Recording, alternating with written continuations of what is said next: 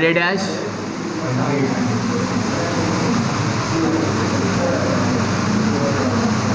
नज़र आ रहा सबको। तो चैप्टर हम जो आज शुरू करने जा रहे हैं for the aptitude that is called the chapter number 13 current and electricity. तो आज सिर्फ जो है वो करंट के ऊपर बात होगी और करंट से रिलेटेड एमसीक्यूज़ के ऊपर बात होगी। तो करंट के बारे में जब हम बात करते हैं तो करंट एक्चुअली में क्या है कि कह देते हैं कि भाई current is the movement of free electrons in any conductor. तो आखिर ये इलेक्ट्रॉन की मोशन जो है वो किस तरीके से होती है, कंडक्शन आखिर किस तरीके से हो रहा होता है किसी भी कंडक्टर के अंदर। जब हम किसी एक ऐसे सिस्टम पर जिससे हम हाई एनर्जी प्रोवाइड करते हैं, जिसकी वजह कर उसके ऊपर बहुत ज़्यादा चार्ज जो है वो जमा होना शुरू हो जाते हैं, जिस तरीके से कैपेसिटर है उस पर हाई एनर्जी प्रोवाइड की जाती है, हाई वोल्टेज प्रोवाइड करवाया जाता है, तो which causes for the addition of number of charges, which causes for the togetherness of charges, जो चार्जेस को क्या कर रहे होते हैं, जमा कर रहे होते हैं। तो लेट सपोज कि हमारे पास एक सिस्टम है, उस सिस्टम के अंदर जो है वो बहुत ज़्यादा जो है वो इक्वल नंबर ऑफ चार्जेस जो हैं वो जमा हो चुके हैं। This are the positive charge. Let us suppose this is the one of the plate of the capacitor in which the positive charges are created.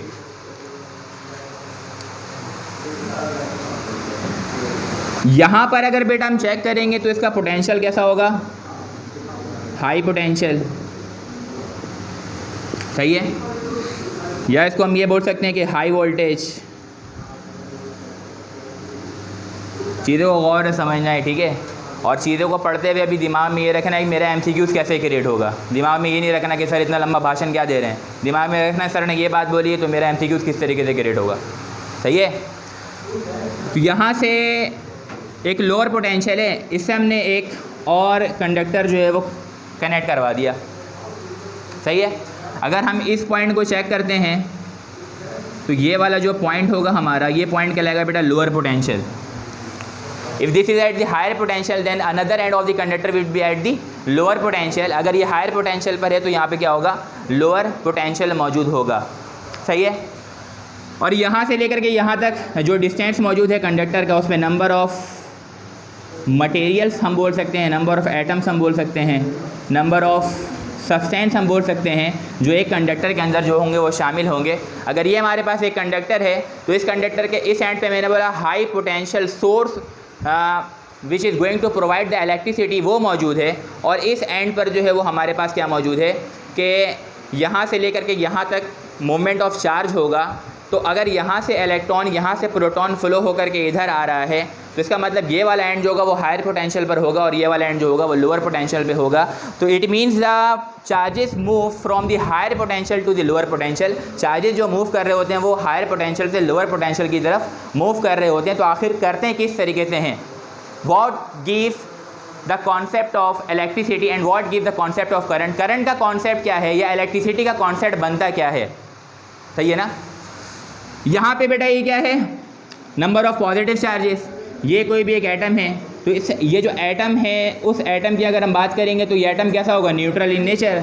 It should be neutral in nature, equal number of positive charges and equal number of negative charges which gives the concept of neutralization. बात समझ में आ रही है। तो ये neutral in nature होगा। अगर ये न्यूट्रल इन नेचर है तो इस पर पॉजिटिव चार्जेस और नेगेटिव चार्जेस की जो मिकदार होंगी बेटा वो क्या होंगी, बराबर होंगी। अगर 5 नंबर ऑफ प्रोटॉन है तो 5 नंबर ऑफ इलेक्ट्रॉन होगा, ऐसे ही होगा ना। तो अब यहाँ पर हम देख रहे हैं कि ये पॉजिटिव चार्ज है, ठीक है ना, और ये क्या है, नेगेटिव चार्ज है, ठीक है।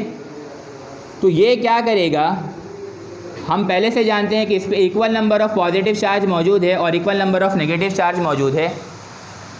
ये पॉजिटिव चार्ज और इसका जो पॉजिटिव चार्ज है इसके अंदर क्या क्रिएट होगा, रिपल्जन क्रिएट होगा। क्या क्रिएट होगा, रिपल्शन।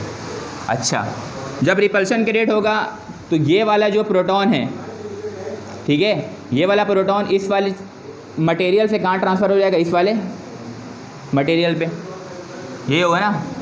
या दूसरे अल्फाज में आप ये समझ लें कि अगर यहाँ पे पॉजिटिव चार्ज है और यहाँ पे नेगेटिव चार्ज है, तो पॉजिटिव नेगेटिव में क्या होगा, अट्रैक्शन। तो पॉजिटिव नेगेटिव में अट्रैक्शन होगा तो नेगेटिव चार्ज इधर ट्रांसफ़र हो जाएगा, तो इसके ऊपर कौन सा चार्ज आ जाएगा, पॉजिटिव चार्ज। बात समझ में आ रही है नहीं? तो अब यहाँ पे हुआ ये कि जो नेगेटिव चार्ज था, नेगेटिव और पॉजिटिव में अट्रैक्शन पैदा हो गया, और अट्रैक्शन पैदा हो जाने के नतीजे में इलेक्ट्रॉन इसके पास ट्रांसफ़र हो गया, और इलेक्ट्रॉन जहाँ पे कम हो जाए वहाँ प्रोटॉन की तादाद ज़्यादा हो जाती, तो इसके ऊपर कौन सा चार्ज क्रिएट हो जाएगा, पॉजिटिव चार्ज।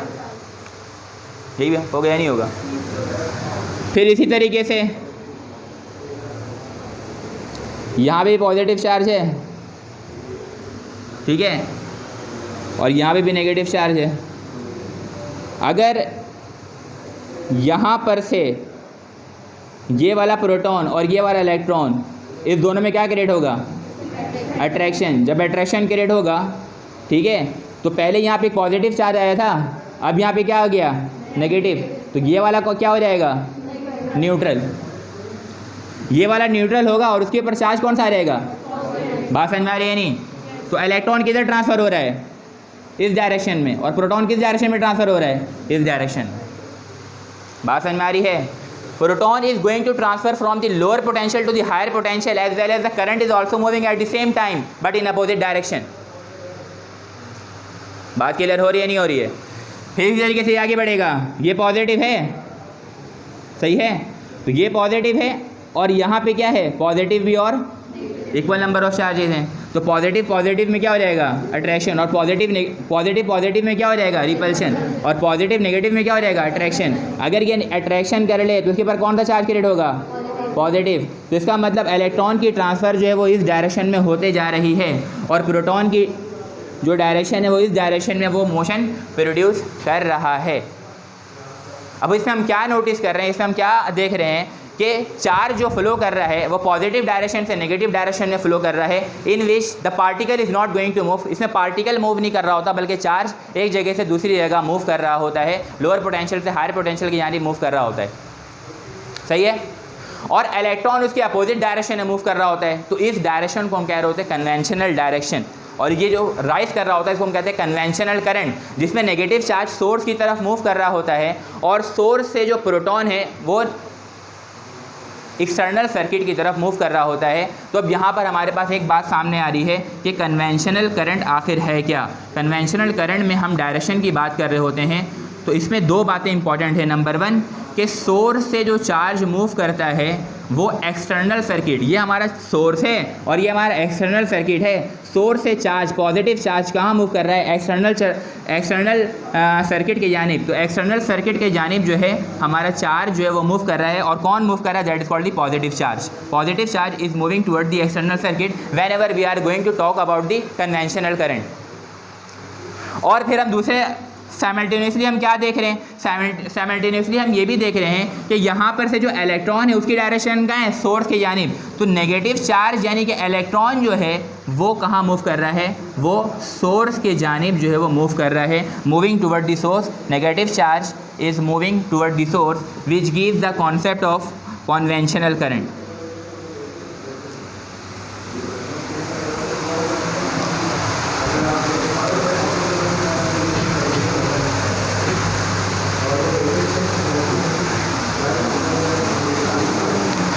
कन्वेंशनल करंट में दो बातें सामने आ गई। पॉजिटिव सोर्स से जो चार्ज है वो कहाँ मूव कर रहा होता है, एक्सटर्नल सर्किट के यानी कौन मूव कर रहा होता है, पॉजिटिव चार्ज। और अगर नेगेटिव चार्ज की बात करें तो सर नेगेटिव चार्ज का कहाँ मूव कर रहा होता है, वो सोर्स के जानिब मूव कर रहा होता है। सही है, मिटा सकता हूँ ये।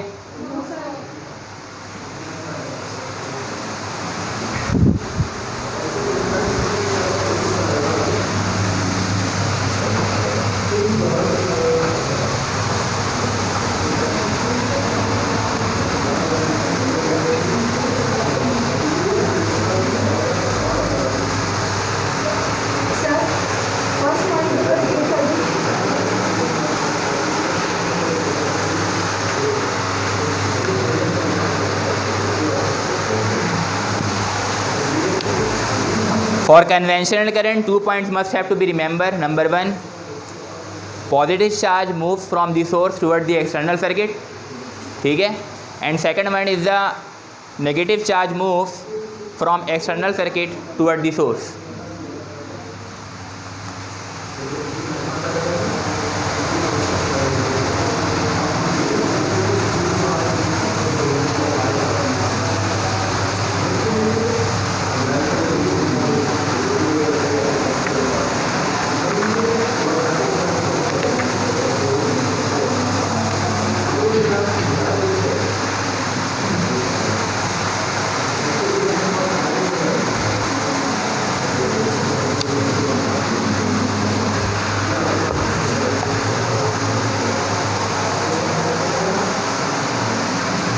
मिटा दो बेटा ये।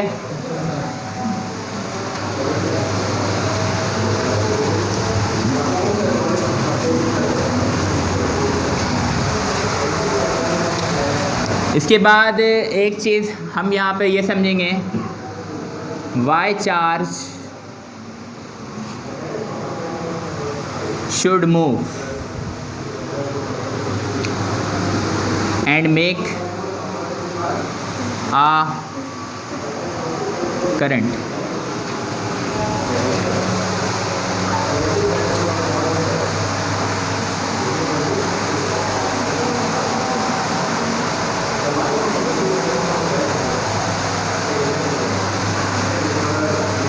तो अभी जो चीज़ें हमने देखी हैं, अगर उसके लिहाज से बात की जाए कि जब करंट इस्टेब्लिश हो रहा होता है तो what are the necessary things, क्या क्या चीज़ें जो हैं वो ज़रूरी हैं।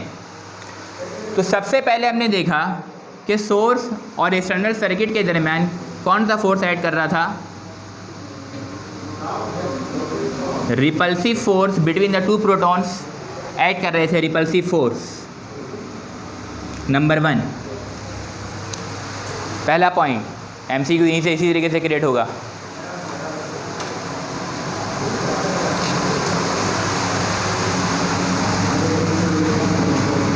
जब भी कहीं पर इलेक्ट्रिक फील्ड क्रिएट हुई होती है, इलेक्ट्रिक फील्ड, कहीं पर भी क्रिएशन ऑफ इलेक्ट्रिक फील्ड होगा, एक वायर है उसमें से करंट जो है वो पास हो रहा है, we can not see the current, हम करंट को देख कभी भी नहीं सकते, महसूस कर सकते हैं। ये फ़ैन अभी ऑन है, यहाँ से मैं इसको ऑफ़ कर दूँ तो हम बोलेंगे पैसेज ऑफ इलेक्ट्रिसिटी जो है वो उसको रोक दिया गया है, सही है। फिर दोबारा ऑन कर दिया जाए तो हम कहेंगे इसमें से जो वायर जो जा रहा है उसमें से करंट का फ्लो स्टार्ट हो चुका है। इसका मतलब ये हुआ कि करंट को हम महसूस कर सकते हैं लेकिन हम इसको देख नहीं सकते। तो जब भी कोई भी करंट इस्टेब्लिश होता है तो वो अपने सराउंडिंग में क्या क्रिएट कर रहा होता है, second one is the electric field. तो necessary things for the establishment of current is, second one is called the electric field. जहाँ पर भी करंट पास हो रहा होगा उसके इर्द गिर्द के सराउंडिंग में क्या क्रिएट हो रहा होगा बेटा, इलेक्ट्रिक फील्ड क्रिएट हो रहा होगा।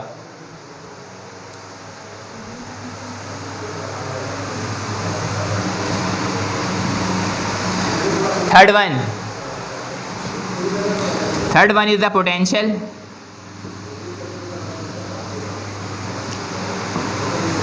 And potential energy.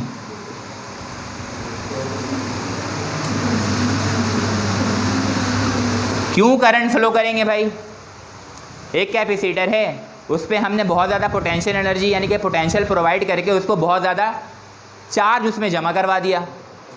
जब चार्ज उसमें जमा हो जाएंगे और उसको हम किसी ऐसे सर्किट से कनेक्ट करेंगे, ये वाला हायर पोटेंशियल बनेगा तो ये वाला क्या बनेगा, लोअर पोटेंशियल बनेगा। तो पोटेंशियल डिफरेंस या पोटेंशियल एनर्जी या आप कह लें हाईली पोटेंशियल, कि potential and the potential energy is one of the reason for the conduction of electricity, कि जिसके वजह अगर हायर पोटेंशियल से करंट जो है वो लोअर पोटेंशियल की तरफ फ्लो होना शुरू हो जाता है। थर्ड पॉइंट,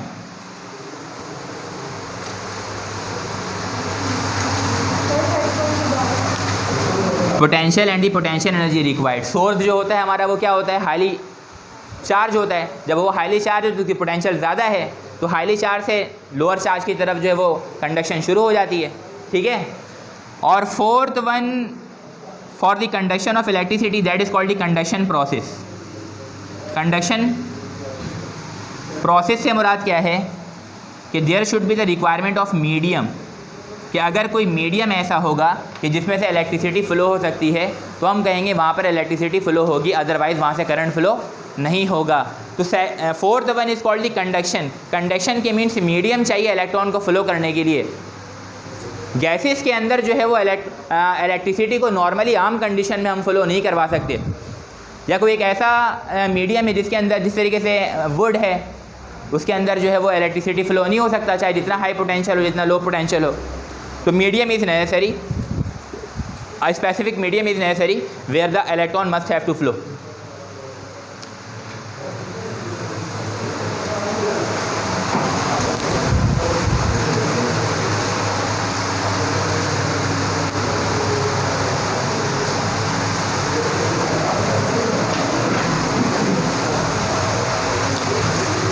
ये बात समझ में आ गई?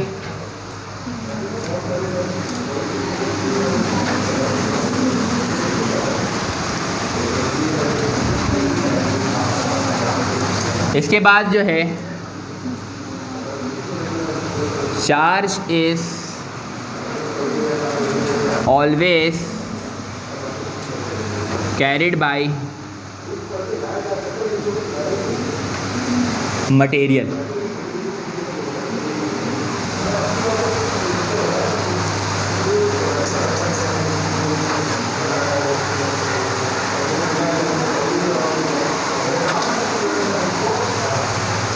Charge is always carried by material. अगर हम नंबर 1 मेटल्स की बात करते हैं तो मेटल्स में जो कंडक्शन होती है वो किस तरीके से होती है? तो मेटल्स में जो कंडक्शन होती है बेटा वो किसके बराबर होती है? फ्री इलेक्ट्रॉन ज़रूरी है उसके लिए फॉर मेटल, सही है?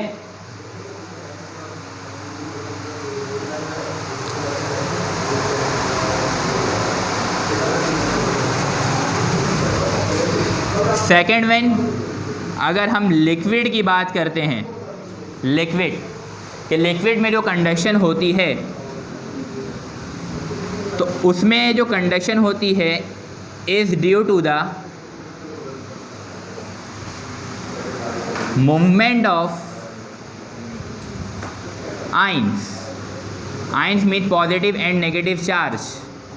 लिक्विड में कंडक्शन हो रही होती है both by means of the proton and the electron. आप लोगों ने इलेक्ट्रोप्लेटिंग का टॉपिक पढ़ा होगा, हाइड्रोजन एंड क्लोराइड HCl, है ना? एक इलेक्ट्रोलाइट लेते हैं, सही है, इसको जो वो बैटरी से क्या करवा देते हैं? कनेक्ट करवा देते हैं, सही है? एक हमारे पास एनोड होता है और एक हमारे पास क्या होता है? कैथोड। एक हमारे पास जो है वो सिल्वर वायर मौजूद होता है और एक हमारे पास बेटा क्या होता है? कॉपर वायर मौजूद होता है। इसका कलर जो होता है वो होता है रेड और इसका कलर जो होता है वो क्या होता है? वाइट, सही है? तो जब हम डिपोजिशन करवाते हैं ना, जब इलेक्ट्रिसिटी इसमें से हम पास करवाते हैं तो इलेक्ट्रिसिटी पास करवाने के नतीजे में यहाँ से चार्जेस यूँ फ्लो होते हैं और यहाँ से चार्जेस इस तरीके से फ्लो हो रहे होते हैं। इसके ऊपर जो प्लेटिंग हो जाती है वो वाइट प्लेटिंग हो जाती है और इसके ऊपर कौन सी प्लेटिंग हो जाती है? रेड प्लेटिंग हो जाती है। तो इसमें पॉजिटिव चार्ज भी मूव कर रहा है और नेगेटिव चार्ज भी मूव कर रहा है। तो in liquids the conduction is occur by means of the ion that is the positive and the negative charge both move for the conduction of electricity in liquid. तो सवाल ये पैदा हो गया, लिक्विड में कंडक्शन किसकी वजह कर होता है? पॉजिटिव चार्ज की वजह कर होता है, नेगेटिव चार्ज की वजह कर होता है, किसकी वजह कर होता है? तो both are necessary for the conduction of electricity in liquids.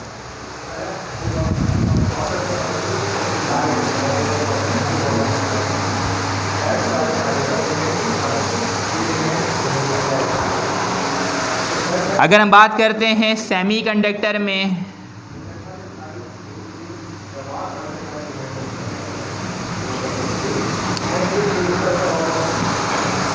Metals में समझ में आ गया, फ्री इलेक्ट्रॉन की वजह कर हो रहा है।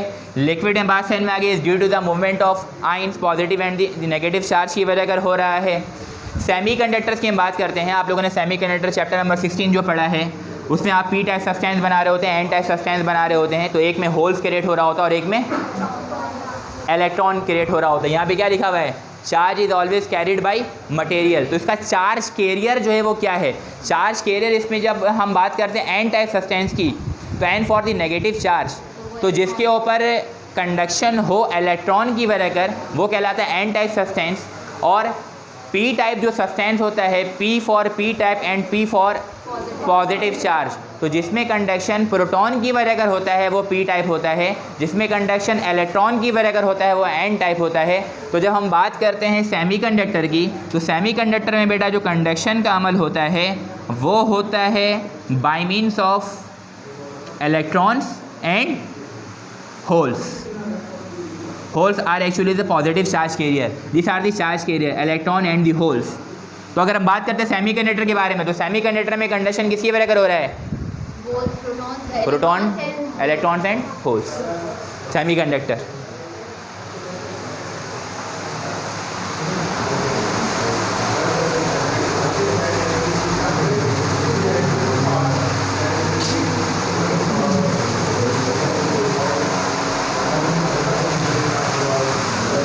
उसके बाद फोर्थ वन है गैसेस। ये गैसेस में कंडक्शन जो है वो आखिर किस तरीके से हो रहा होता है, ठीक है। गैसेस को बेटा हम बोलते हैं इंसुलेटर, क्या बोलते हैं, या हम इसको बोलते हैं बैड कंडक्टर, क्या बोलते हैं, bad conductor. Electricity flow normal condition में नहीं हो रहा होता, लेकिन अगर हम इसको एक ख़ास कंडीशन प्रोवाइड कर दें तो उस कंडीशन में ये क्या करता है, इलेक्ट्रिसिटी फ्लो करवाना शुरू कर देता है। और वो कंडीशन क्या है, पहले ये कंडीशन लिख लीजिए, वो कंडीशन क्या है,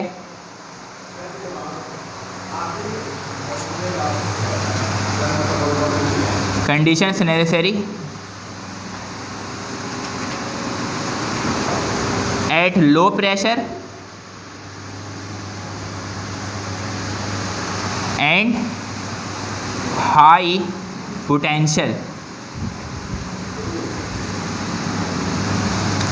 हाई पोटेंशियल, हाई वोल्टेज अगर हम प्रोवाइड करें और सिस्टम का प्रेशर बिल्कुल डाउन कर दें, तो पॉसिबिलिटी होती है कि इलेक्ट्रॉन जो है वो चार्ज कैरियर बन जाता है गैसेस में, इलेक्ट्रॉन्स बिकम चार्ज कैरियर।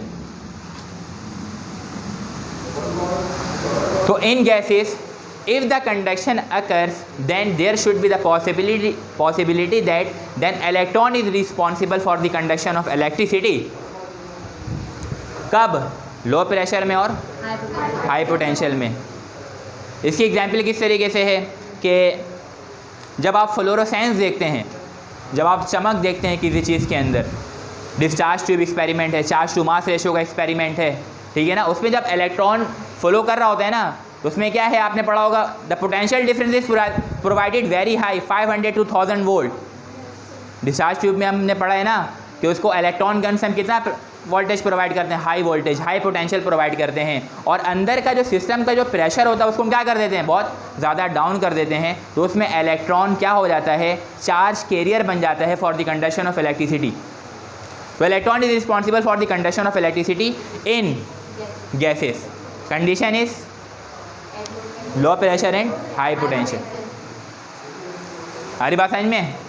तो हमने किसी के बारे में बात कर ली, मेटल के बारे में बात कर ली कि मेटल में कंडक्शन किसकी वजह कर होता है, हमने लिक्विड के बारे में बात कर ली, हमने सेमीकंडक्टर के बारे में बात कर ली, हमने जो है गैसेस के बारे में बात कर ली। तो यही सारे मटेरियल जो है वो नॉर्मली हमारे डेली रूटीन में जो मैटर्स इस्तेमाल हो रहे होते हैं, तो इसके ऊपर हमने बात कर ली कि इनमें कंडक्शन आखिर क्या क्या किसकी वजह कर कंडक्शन हो सकता है।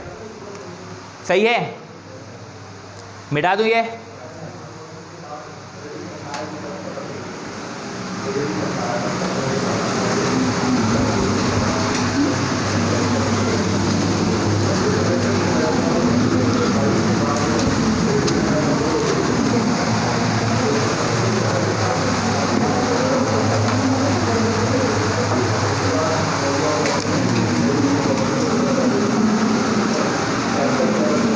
इसके बाद बेटा वी कांट सी करंट,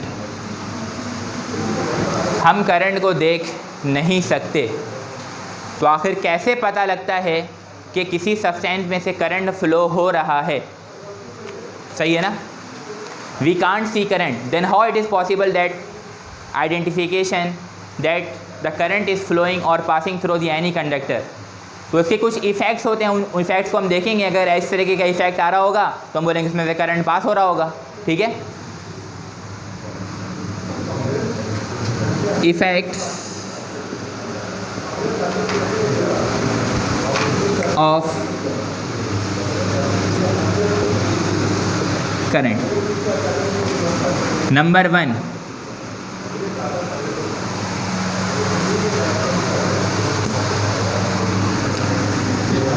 सबसे पहले क्या है कि अगर कहीं से करंट पास हो रहा है तो वो अपने इर्द गिर्द में क्या क्रिएट कर लेगा, मैग्नेटिक फील्ड क्रिएट कर लेगा। वहाँ पर स्टिकनेस आ जाएगी, वहाँ पर चिपक आ जाएगी, वहाँ पे चार्जेस को खींचने की सलाहियत आ जाएगी।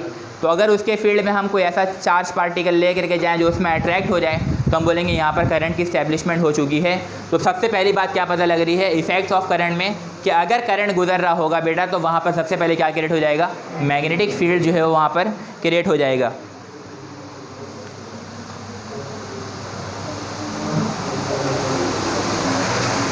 दूसरी चीज़, अगर किसी वायर में से करंट पास हो रहा है, यहाँ पे फर्स्ट कर लेते हैं ये एक वायर है, मेरे माइक से यहाँ से भी वायर जा रहा है, प्रोजेक्टर लगा हुआ है यहाँ से भी वायर जा रहा है, सही है ना।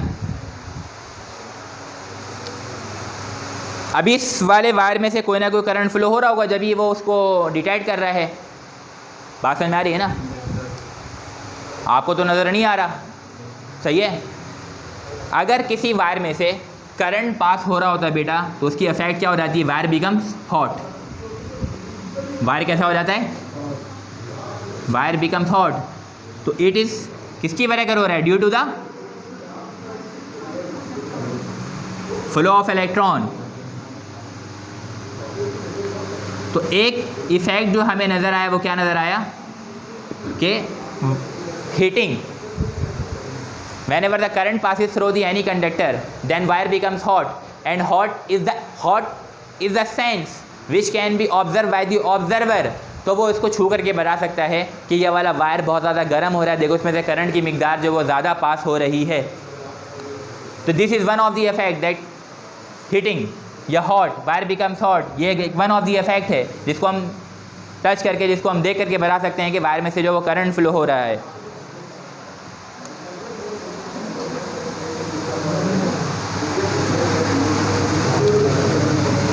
नंबर 3,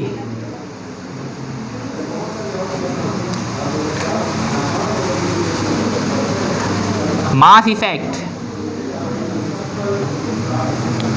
नंबर 3 क्या, मास इफेक्ट। जिस तरीके से अभी हमने इलेक्ट्रोलाइटिक सेल की कंडीशन की बात की, ठीक है ना, जिसमें इलेक्ट्रोप्लेटिंग का सिलसिला शुरू हो जाता है, हाइड्रोजन के आयन जाकर के क्लोरीन वाले प्लेट के ऊपर जमा होना शुरू हो जाते हैं, और क्लोरीन के आयन जाकर के हाइड्रोजन के प्लेट के ऊपर तो पॉजिटिव और नेगेटिव चार्ज का ट्रांसफ़र होना शुरू हो जाता है, जिसकी वजह अगर पहले जो मास था उस पर जब इलेक्ट्रोप्लेटिंग होगी तो उसका मास इंक्रीज़ हो जाएगा। पहले वाले प्लेट का जो मास था तो इसका भी मास जो है वो इंक्रीज़ हो जाएगा। तो हम बोलेंगे mass increment is one of the effect of the electric current. जब आप इलेक्ट्रोलाइटिक सेल का एक्सपेरिमेंट कर रहे होते हैं तो वहाँ पर से जब आप सर्किट ऑन करते हैं, एक आपके पास वेसल है, उसमें आपने 2 प्लेट शामिल किए, ठीक है, 2 प्लेट शामिल करने के बाद आपने सर्किट ऑन कर दिया, करंट का फ्लो जो है वो शुरू हो गया। तो करंट का फ्लो जब शुरू होगा आप उसको बैठ करके तकते रहेंगे, आपको उसमें से कभी भी करंट का फ्लो नज़र नहीं आएगा कि सर यहाँ देखिए हाइड्रोजन से जो एक पॉजिटिव आयन जा रहा है इसके ऊपर और यहाँ क्लोरीन से नेगेटिव आयन, कभी भी नज़र नहीं आएगा। लेकिन 5 मिनट के बाद, 10 मिनट के बाद, 20 मिनट के बाद आप उसका मास वेरिएशन चेक कर सकते हैं। इलेक्ट्रोप्लेटिंग की वजह अगर एक का मास बढ़ रहा होगा, दूसरे का मास भी पहले के मुकाबले में बढ़ रहा होगा, तो हम बोलेंगे सर ये मास इफेक्ट, मास जो है उसके ऊपर डिपॉजिट हो रहा है, तो उसके मास के डिपॉजिट हो जाने की वजह अगर, मास के इंक्रीज़ हो जाने की वजह अगर, ये भी एक करंट का इफेक्ट है जिसकी वजह अगर मास जो है वो डिपॉजिट होना शुरू हो गया है। अगर करंट का सिलसिला रोक देंगे तो मास डिपॉजिट नहीं होगा। बात समझ में आ रही है? तो एक इफेक्ट क्या हो गया, मास इफेक्ट। मास क्या हो जाता है, इंक्रीजेस या चेंजेस लिख देते हैं, ठीक है।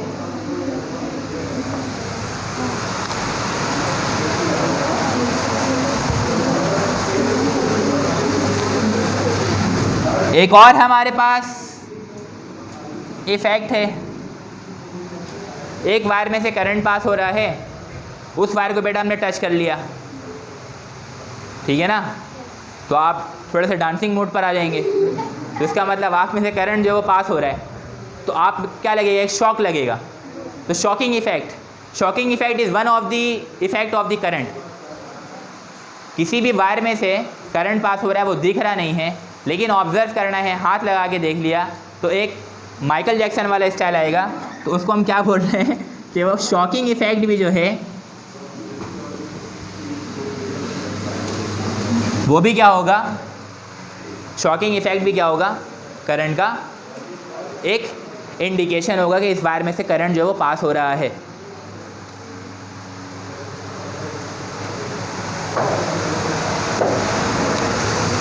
नंबर 5, बहुत सारे इफेक्ट हैं जो मेन है, उनको डिस्कस कर रहा हूँ, ठीक है।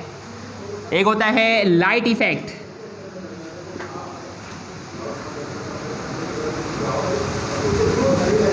लाइट इफेक्ट, अब लाइट इफेक्ट में क्या है, एक बल्ब है,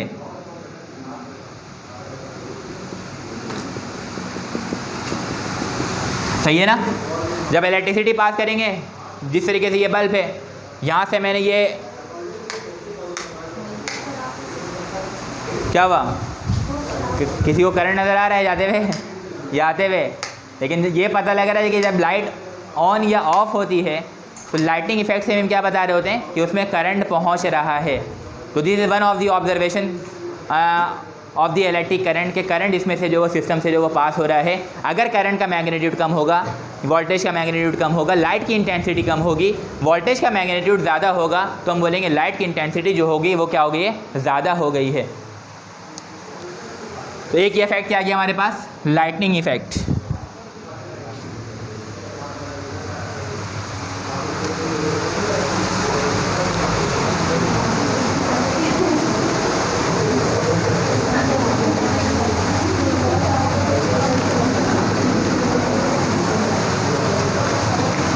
ये बात समझ में आ गई, मिटा दो इसको।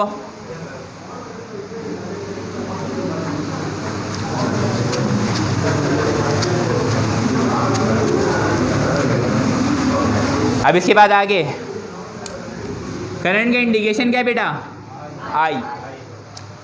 फॉर्मूला क्या है, charges flow through a specific cross sectional area in 1 second। ये एक हमारे पास कोई भी एक बॉडी है, कंडक्टर है, सही है ना, ये कंडक्टर है, इसमें से करंट को जो फ्लो करवाया जा रहा है, current is flowing in this direction. तो हमने एक के उसकी फ्रीक्वेंसी चेक करने के लिए कि 1 सेकंड में किसी एक क्रॉस सेक्शन एरिया से कितना अमाउंट ऑफ चार्ज जो है वो पास हो रहा होगा, तो यहाँ पर हमने इस तरीके से इसमें क्या कर दिया, क्रॉस सेक्शन एरिया ड्रॉ कर दिया, सही है। ये इसका क्रॉस सेक्शन एरिया है। एक गेट है, जिस तरीके से ये गेट है, इस गेट से बहुत सारे बच्चे निकल रहे हैं, तो 1 सेकंड में कितने बच्चे निकलेंगे, हम बोलेंगे उसकी फ्रीक्वेंसी है, उसकी इंटेंसिटी है, उसकी शिद्दत है। तो इसी तरीके से यहाँ से जब फ्लो ऑफ चार्ज हो रहा होगा, तो इस क्रॉस सेक्शनल एरिया से 1 सेकंड के अंदर जो अमाउंट ऑफ करंट पास हो रहा होगा, जो अमाउंट ऑफ चार्ज पास हो रहा होगा, हम उसको बोलेंगे वो क्या करेगा, करंट इस्टेब्लिश करेगा। तो आई का फॉर्मूला क्या हो रहा था, Q/T।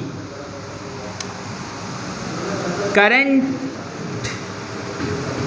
की जो यूनिट बन जाती है, चार्ज की यूनिट आ जाएगी कूलम, ये हो जाएगा सेकेंड, और ये बराबर हो जाएगा 1 एम्पेयर के।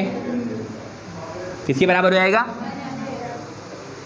तो 1 एम्पेयर क्या है, 1 कूलम का चार्ज पास होगा 1 सेकंड के अंदर, है ना। If the charge of 1 coulomb passing through cross section area in 1 second, then the amount of current establish should be 1 ampere. तो अगर 1 कूलम का चार्ज 1 सेकंड के अंदर किसी क्रॉस सेक्शन एरिया से पास हो रहा है, तो उसका जो करंट इस्टेब्लिश होगा बेटा वो क्या होगा, 1 एम्पेयर करंट जो इस्टेब्लिश होगा, सही है।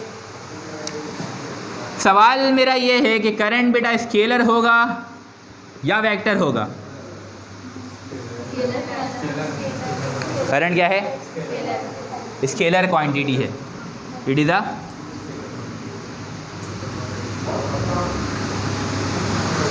चूँकि ये फॉलो करता है law of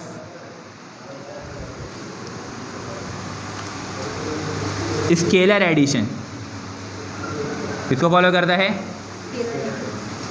scalar law of addition को ये फॉलो कर रहा होता है।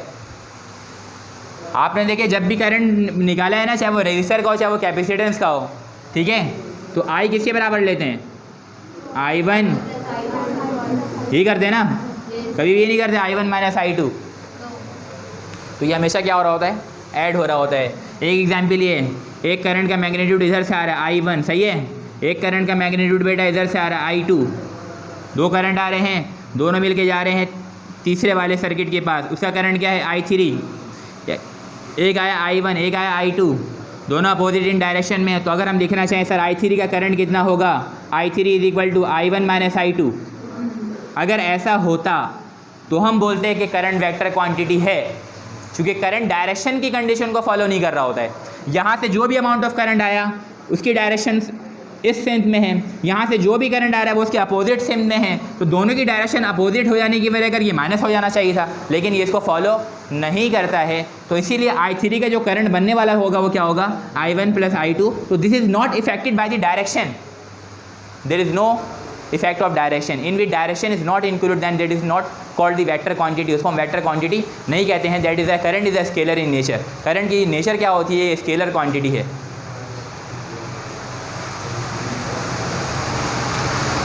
आ रही बात समझ में?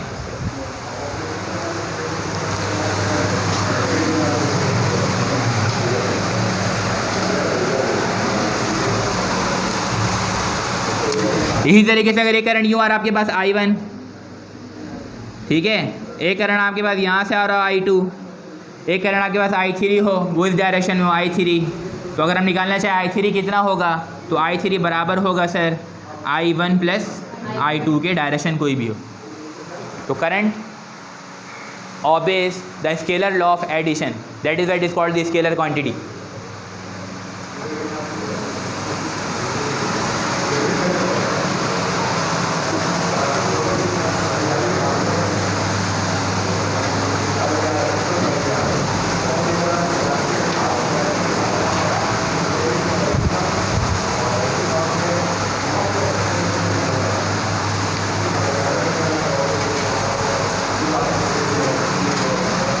SI सिस्टम के अंदर, इन SI system current I is fundamental physical quantity.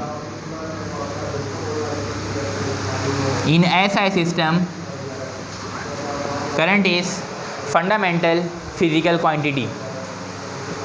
जब आप डायमेंशन के लिए सॉल्व करते हो तो आप लोगों ने बेटा नॉर्मल जो डायमेंशंस लिए वो क्या लिए हैं, LMT, length mass and time.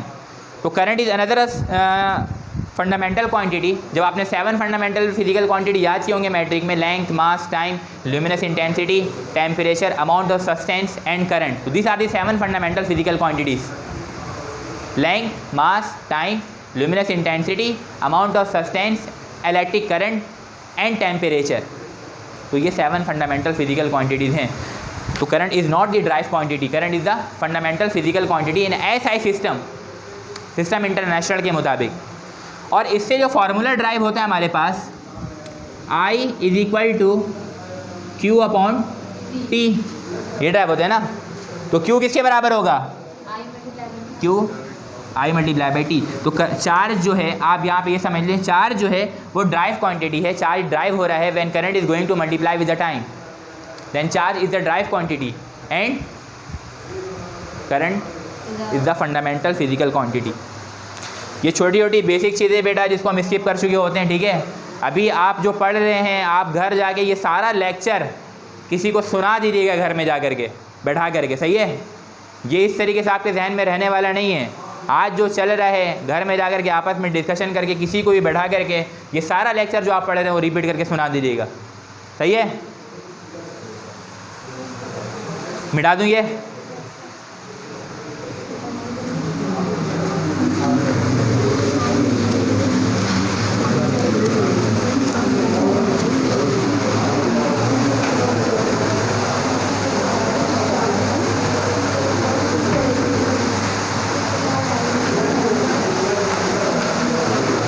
इसके बाद मेरा टॉपिक है टाइप्स ऑफ करंट। ठीक है, क्या लिखा हुआ है? Types of current. एक करंट है हमारे पास स्टेडी करंट। कौन सा करंट है? इसमें यूनिफॉर्म फ्लो होता है। क्या होता है? Uniform flow. आसान जुबान में इसको हम कहते हैं डायरेक्ट करंट। आसान जुबान में क्या कहते हैं हम इसको? Direct current, steady current. Number 1। Number 2, एक करंट हमारे पास होता है रैंडम करंट। कौन सा करंट? Random current. इसको हम वेरिएबल करंट भी बोलते हैं। क्या बोलते हैं? वेरिएबल करंट भी कह रहे होते हैं। And third one,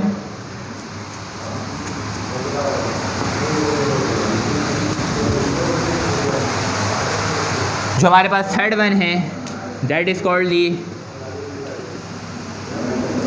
alternating current. Alternating current मतलब AC। So these are the normally 3 types of different current. Number 1 is the steady current, which is called the uniform flow, which is called the normal the direct current, and random current यानी कि variable current। और उसके बाद तीसरा जो लिखा है वो क्या लिखा हमारे पास? alternating current लिखा हुआ है। इसमें इक्वल अमाउंट जो है चार्ज का फ्लो करता है पर सेकंड में। क्या होता है? Equal amount of charge flow करता है। ठीक है, ये नाम से जाहिर है रैंडम करंट है, वेरिएबल करंट है। वेरिएबल के माने वेरिएशन होता है, तो equal amount of charge flow कर ही नहीं सकता। और तीसरी चीज़ जो लिखी हुई बेटा, क्या लिखी हुई है? अल्टरनेटिंग करंट है। अल्टरनेटिंग करंट में जो है साइक्लिंग प्रोसेस पाया जाता है, राइज एंड फॉल पाया जाता है, वेव पाई जाती है। Rise and fall, one rise and one fall is called one vibration. जब एक राइज और एक फॉल कंप्लीट होता है तो वहाँ पर वन वाइब्रेशन हो रहा होता है। स्टेडी करंट का अगर हम ग्राफ चेक कर लें, यहाँ पे ये T है और यहाँ पे बेटा क्या है? I। तो क्या यूनिफॉर्म है? करंट क्या है? यूनिफॉर्म। तो करंट का एक्सिस क्या रहेगा? यूनिफॉर्म रहेगा। तो this is the graphical representation of the direct current. इसमें करंट क्या यूनिफॉर्म है। करंट के एक्सिस पे उसकी वेरिएशन, उसकी वैल्यू चेंज नहीं हो रही। यहाँ पे 2 सेकंड है, यहाँ पे 4 सेकंड है, यहाँ पे 6 सेकंड है।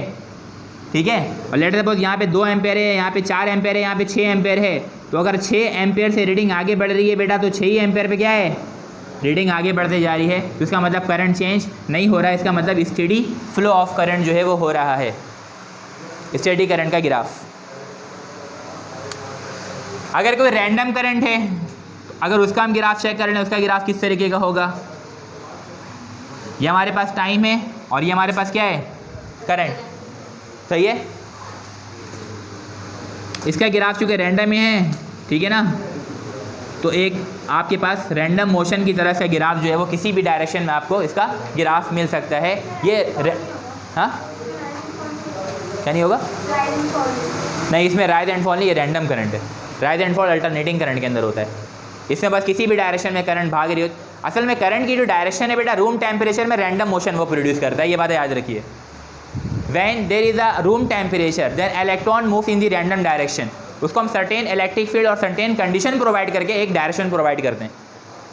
रूम टेम्परेचर पे इलेक्ट्रॉन रैंडम मोशन प्रोड्यूस करता है। अभी हम इसको आगे पढ़ेंगे। सही है,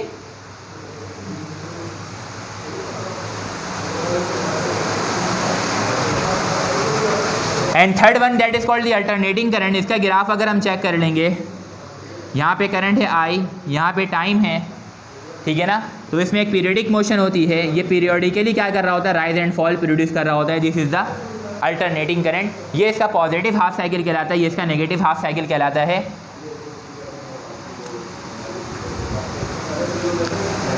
अगर इसमें बात करें फ्रीक्वेंसी की कि इस करंट का फ्रीक्वेंसी होगा या नहीं, तो इस करंट की फ्रीक्वेंसी क्या होगी बेटा? 0, क्योंकि there is no vibration. If there is no vibration means there is no rise and fall. Number of vibration in 1 second is called frequency. इसका वाइब्रेशन है नहीं तो फ्रीक्वेंसी क्या हो रहेगी, 0। ये रैंडम मोशन है, फिर भी इसके अंदर वाइब्रेशन पाया जाएगा तो इसमें कोई ना कोई फ्रीक्वेंसी होगी। इसकी फ्रीक्वेंसी भी कोई ना कोई होगी। जिस तरीके से पाकिस्तान में करंट की जो हम फ्रीक्वेंसी बता रहे होते हैं कि 50 हर्ट्ज़ है और डिफरेंट दूसरे कंट्रीज़ के हम बता रहे थे कि 60 हर्ट्ज़ है, तो ये क्या है, करंट की फ्रीक्वेंसी है। तो इसकी भी फ्रीक्वेंसी होती है, इसकी भी फ्रीक्वेंसी कोई ना कोई होगी और इसकी फ्रीक्वेंसी जो होती है वो क्या होती है, 0 होती है।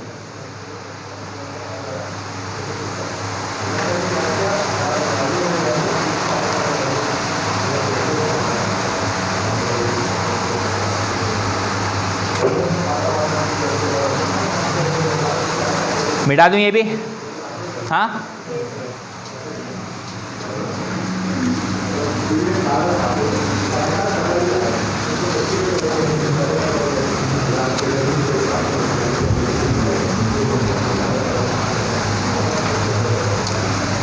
इसके बाद है टॉपिक में जो आपसे डिस्कस कर रहा हूँ कि मूवमेंट ऑफ इलेक्ट्रॉन इन आ, राइटिंग समझ में आ रही है ना सबको, मसला तो नहीं हो रहा है, हाँ। Movement of electron in a conductor. एक कंडक्टर में जब इलेक्ट्रॉन मूव करता है तो आखिर किस तरीके से मोशन प्रोड्यूस कर रहा होता है, सही है। लेट सपोज ये हमारे पास वही बात है, कंडक्टर है, सही है, चाहिए एक कंडक्टर है। एक इलेक्ट्रॉन ए पोजीशन से चला, ए पोजीशन से चला, तो मैंने भी आपसे बताया कि the behaviour of the conductor और the motion of the conductor is random when it is at the room temperature. जब वो रूम टेम्परेचर पर होता है तो उसकी डायरेक्शन किस तरीके से होती है, रैंडम डायरेक्शन होती है। तो ए से चला, यूँ गया, ठीक है, यूँ गया, यूँ गया, यूँ गया, इस तरीके से मोशन प्रोड्यूस करते करते उसको कहीं भी पहुँचना था, ठीक है ना। ये एक पॉइंट क्या आ गया, बी। कौन सा पॉइंट आ गया, बी। तो वो बी पॉइंट के ऊपर पहुंच रहा है by producing the several number of random motion, सही है। यहाँ पे इसको दिखा सकते हैं कि इलेक्ट्रॉन्स हैं, सही है। इसकी डायरेक्शन का है यूँ, इसकी डायरेक्शन का है यूँ, इसकी डायरेक्शन का है यूँ, इसकी डायरेक्शन का है यूँ। तो डिफरेंट डायरेक्शन में है ये एट रूम टेम्परेचर। एट कौन से टेम्परेचर पे, रूम टेम्परेचर पे ये डिफरेंट डायरेक्शन जो है वो शो कर रहे हैं, सही है। अगर हम क्या कर दें, इसमें एक इलेक्ट्रिक फील्ड क्रिएट करवा दें, क्या करवा दें, इलेक्ट्रिक फील्ड क्रिएट करवाने के लिए बेटा इसको किसी एक सोर्स से ज्वाइंट करना पड़ेगा, सही है ना। ये पॉजिटिव, ये तो यहाँ पे कौन सा चार्ज होगा, पॉजिटिव, और यहाँ पे कौन सा चार्ज होगा, नेगेटिव चार्ज होगा। बात समझ में आई नहीं आई। जब ये नेगेटिव चार्ज हो जाएगा तो ये देखो ये इलेक्ट्रॉन है, ये नेगेटिव, नेगेटिव नेगेटिव में क्या होगा, रिपल्शन। जब रिपल्शन होगा तो इसकी डायरेक्शन क्या हो जाएगी, शिफ्ट हो जाएगी। अभी इधर भाग रहा था, इसकी डायरेक्शन कहाँ हो जाएगी, शिफ्ट होगी ना डायरेक्शन। इसकी डायरेक्शन भी कहाँ शिफ्ट होगी, इधर। इसकी डायरेक्शन भी कहाँ है, इधर। इसकी डायरेक्शन भी कहाँ शिफ्ट हो जाएगी, इधर। तो इसका मतलब जो इलेक्ट्रिक फील्ड क्रिएट होता है, अभी हमने पढ़ा था कि हम पॉजिटिव चार्जेस से नेगेटिव चार्जेस की तरफ जो है वो इलेक्ट्रिक लाइन्स ऑफ फोर्स को जो हम ड्रॉ कर रहे होते हैं, जो डायरेक्शन होता है वो पॉजिटिव से नेगेटिव की तरफ होता है। तो इलेक्ट्रिक फील्ड की जो बेटा डायरेक्शन होगी वो कहाँ पर होगी, ये पॉजिटिव से नेगेटिव की तरफ। मैंने ये इलेक्ट्रिक फील्ड की डायरेक्शन दिखा दी, सही है। This is the electric field which is going to create by applying the potential. Potential create करवा करके हमने क्या करवा दी, इलेक्ट्रिक फील्ड क्रिएट करवा दी। अब हो रहा क्या है, ये वाला नेगेटिव चार्ज और ये वाला नेगेटिव चार्ज, इसमें रिपल्सिव फोर्स क्रिएट हो रहा है, और रिपल्सिव फोर्स क्रिएट करवाने के बाद इस इलेक्ट्रॉन की डायरेक्शन शिफ्ट हो जा रही है किधर, पॉजिटिव टर्मिनल की तरफ, है ना। तो ये इलेक्ट्रॉन सारे कहाँ मूव करने लगेंगे, नेगेटिव से पॉजिटिव की तरफ मूव करने लगेंगे। तो इसके पास एक खास डायरेक्शन आ जाएगी, बात समझ में आ रही है। और इलेक्ट्रिक फील्ड की डायरेक्शन क्या है, पॉजिटिव से नेगेटिव डायरेक्शन में है। तो जब इस तरीके से इलेक्ट्रॉन फ्लो करता है किसी भी एक कंडक्टर के अंदर कि जब हम उसको हाई पोटेंशियल प्रोवाइड करके, हाई वोल्टेज प्रोवाइड करके या वोल्टेज प्रोवाइड करके उसकी डायरेक्शन को कंट्रोल करके जब हम मूव करवाते हैं तो जिस वेलोसिटी से वो मूव करता है उसका नाम होता है ड्रिफ्ट वेलोसिटी। क्या नाम होता है उसका? Drift velocity. What is drift velocity?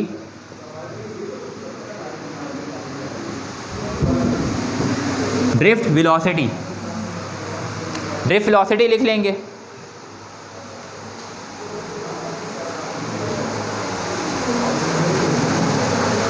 Velocity against the electric field, जो वेलोसिटी इलेक्ट्रॉन्स की मिलेगी हमें अगेंस्ट दी इलेक्ट्रिक फील्ड, हम उसको क्या नाम दे देंगे? ड्रिफ्ट वेलोसिटी का नाम दे देंगे। Velocity against the electric field gives drift velocity.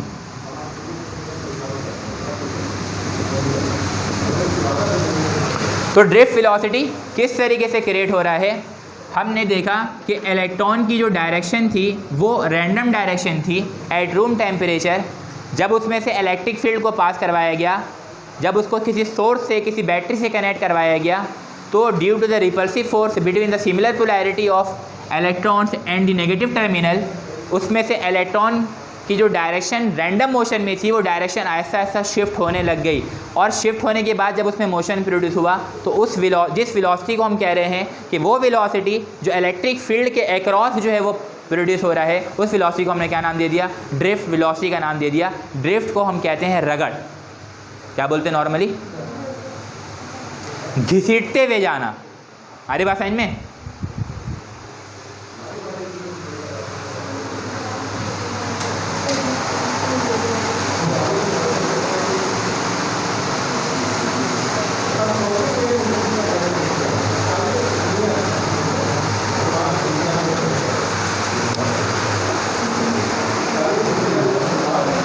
लिख लिया ये ड्रिफ्ट वेलोसिटी। हाँ,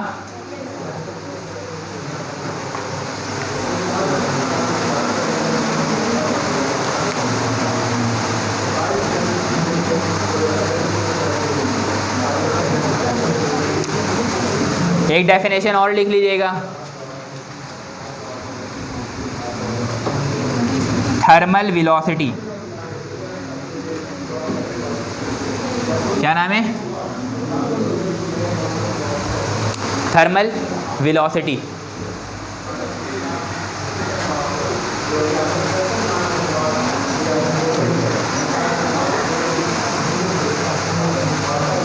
जब इलेक्ट्रॉन रैंडम मोशन में होते हैं किसी भी कंडक्टर के अंदर at room temperature, when the electron are in the state of random motion at room temperature, then their velocities are called thermal velocity। जब रूम टेम्परेचर पर इलेक्ट्रॉन्स की जो मोशन हो रही होती है किसी भी कंडक्टर में, जो रैंडम मोशन होती है, the random motion of the electron in the conductor at room temperature is called thermal velocity. जब वो रैंडम मोशन प्रोड्यूस कर रहे होते हैं किसी भी कंडक्टर के अंदर रूम टेम्परेचर पर, तो उस वेलोसिटी को हम क्या बोल रहे होते हैं? थर्मल वेलोसिटी कह रहे होते हैं। The random motion of the electron eight room temperature.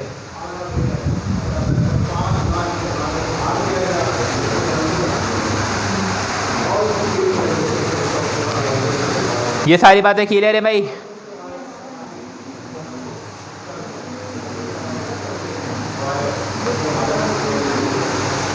मिटा दूं? ये मिटा दूं? हाँ,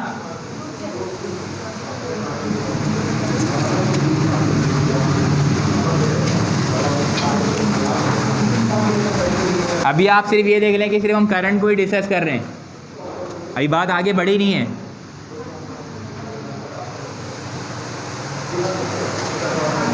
इसके बाद एक चीज़ होती है current density. Current density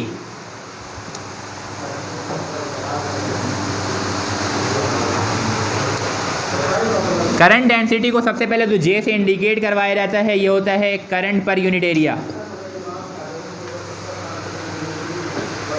current density is indicated by capital J. It's formula is current per unit area. किसी भी एक खास क्रॉस सेक्शन एरिया से जो अमाउंट ऑफ करंट पास हो रहा होता है उसको हम कहते हैं करंट डेंसिटी। डेंसिटी क्या होता है? मास पर यूनिट वॉल्यूम। हम बात करते हैं ना,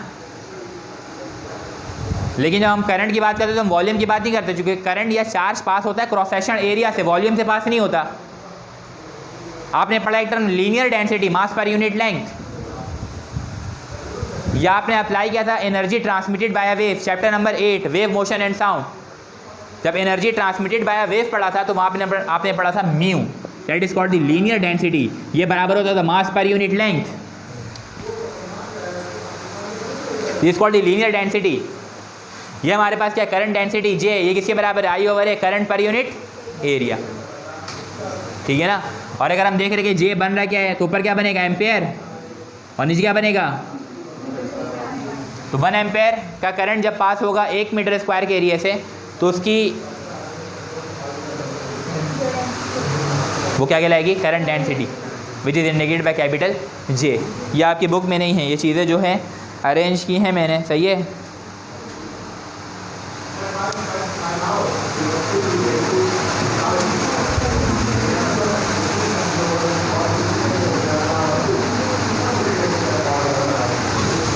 यहाँ से आई को सेपरेट करेंगे तो क्या बन जाएगा? क्योंकि करंट स्केलर प्रोडक्ट है ना, स्केलर क्वांटिटी है, तो आई इक्वल टू क्या बनेगा? जे डॉट है। स्केलर क्वांटिटी को कैसे बताते हैं? When two vectors multiply either it gives the scalar और either it gives the vector. दो वेक्टर मल्टीप्लाई होता है, या तो स्केलर मिलता है या तो वेक्टर। तो इसमें दो वेक्टर मल्टीप्लाई हो रहा है और मिल रहा क्या है? स्केलर। तो current density is a vector quantity. आई बात समझ में? Current density is a vector quantity and area is also the vector quantity. Both are vectors in nature. दो वेक्टर मल्टीप्लाई होता है, उसी के नतीजे में स्केलर मिलता है। जिस तरीके से work done, force multiply by displacement, force भी वेक्टर, डिस्प्लेसमेंट भी वेक्टर, मिला क्या? Work done. तो वर्क डन क्या? स्केलर है। आई बात समझ में?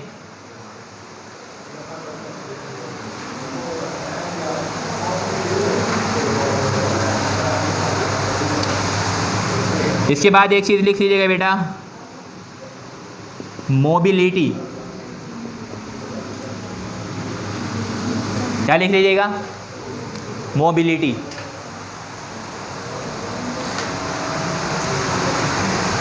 रेशो बिटवीन द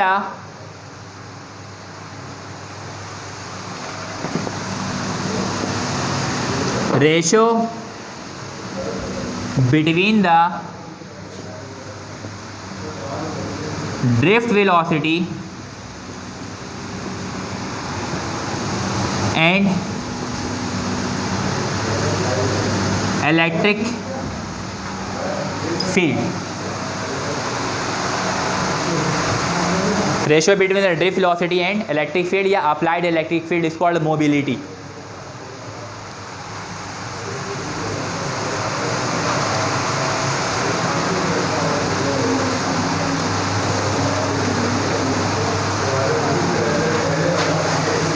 यहाँ तक बातें समझ में आ गई हैं।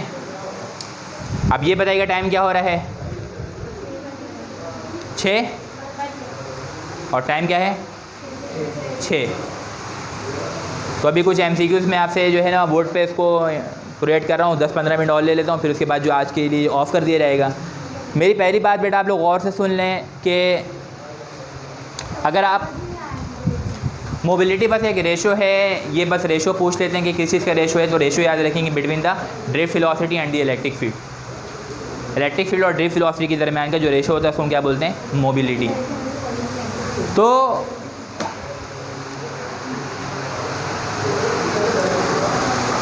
प्रिपरेशन क्राइटेरिया जो है वो सेट करना होता है, सही है।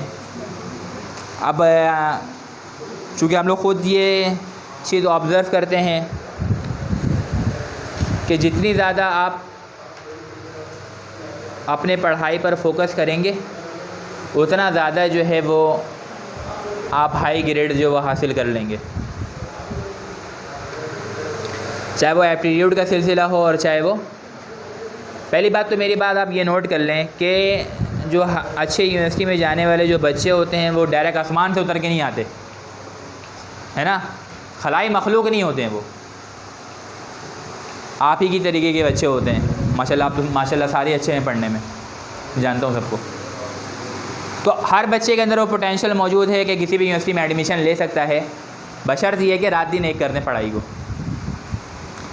Proper diet is necessary, proper sleeping is necessary. Proper diet लेना बहुत ज़्यादा ज़रूरी है। स्ट्रेस ख़त्म करने के लिए प्रॉपर स्लीपिंग लेना जो है बहुत ज़्यादा ज़रूरी है। उसके अलावा नमाज के अलावा, नमाज़ पढ़ने के अलावा जितना भी टाइम मिलता है आप पढ़ाई पे लगा दीजिए। अब 8 घंटे की बात नहीं हो रही है, अब 7 घंटे की बात नहीं हो रही है, अब बात हो रही है प्रॉपर स्लीपिंग लेकर के, प्रॉपर जो है आप जो है ना डाइट ले करके, और प्रॉपर जो है ना नमाज के टाइम पर नमाज की अदायगी करके।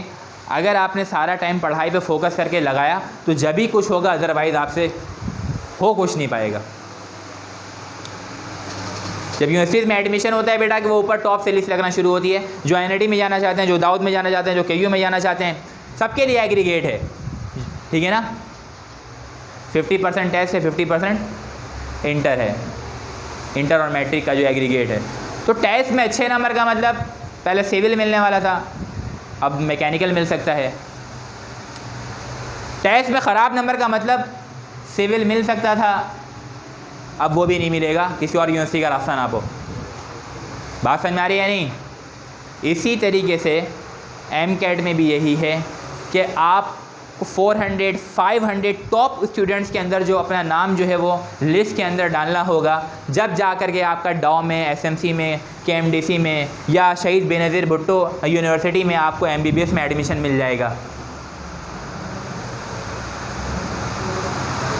तो अगर इसमें एडमिशन आपका नाम आप पूरे सर्च कर दें, सैयद मोहसिन जमाल एमबीबीएस में एडमिशन हो गया आपका, तो सैयद मोहसिन जमाल का तो दिल गार्डन गार्डन हो जाएगा उसी वक्त। अरे बात समझ में, वो मतलब वो दिन आपे से बाहर होने वाला दिन होता है वो। इस दिन से हम लोग गुजर चुके हैं, तो वो आपे से बाहर हम कब होंगे, जब अभी आपे के अंदर रहेंगे।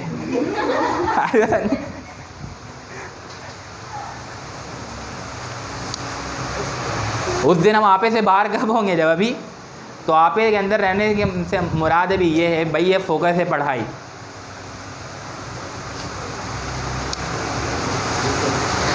अगर बाई चांस ऐसा भी होता है भाई कि भाई जो है ना 8,000 10,000 बच्चे टेस्ट दे रहे हैं, नाम जो है वो 400 से 500 का नाम आएगा, तो उसमें सबसे पहली चीज़ क्या है, मैट्रिक की अच्छी परसेंटेज, इंटर की अच्छी परसेंटेज, सही है। अगर ऐसा है तो मेरे एडमिशन के चांसेस ज़्यादा हैं, और अगर ऐसा नहीं है तो फिर मेरे दिमाग में क्या पता अल्लाह ताला कोई करिश्मा कर दें, क्या पता अल्लाह ताला कोई करिश्मा कर दें। तो कितना करिश्मा करेंगे, जो मेहनत करके आया है उसके लिए करिश्मा नहीं करेंगे। तुमने मेहनत नहीं की, तुम्हारे अल्लाह ताला करिश्मा कर देंगे, हैं? करिश्मा का करिश्मा तो चल रहा नहीं है।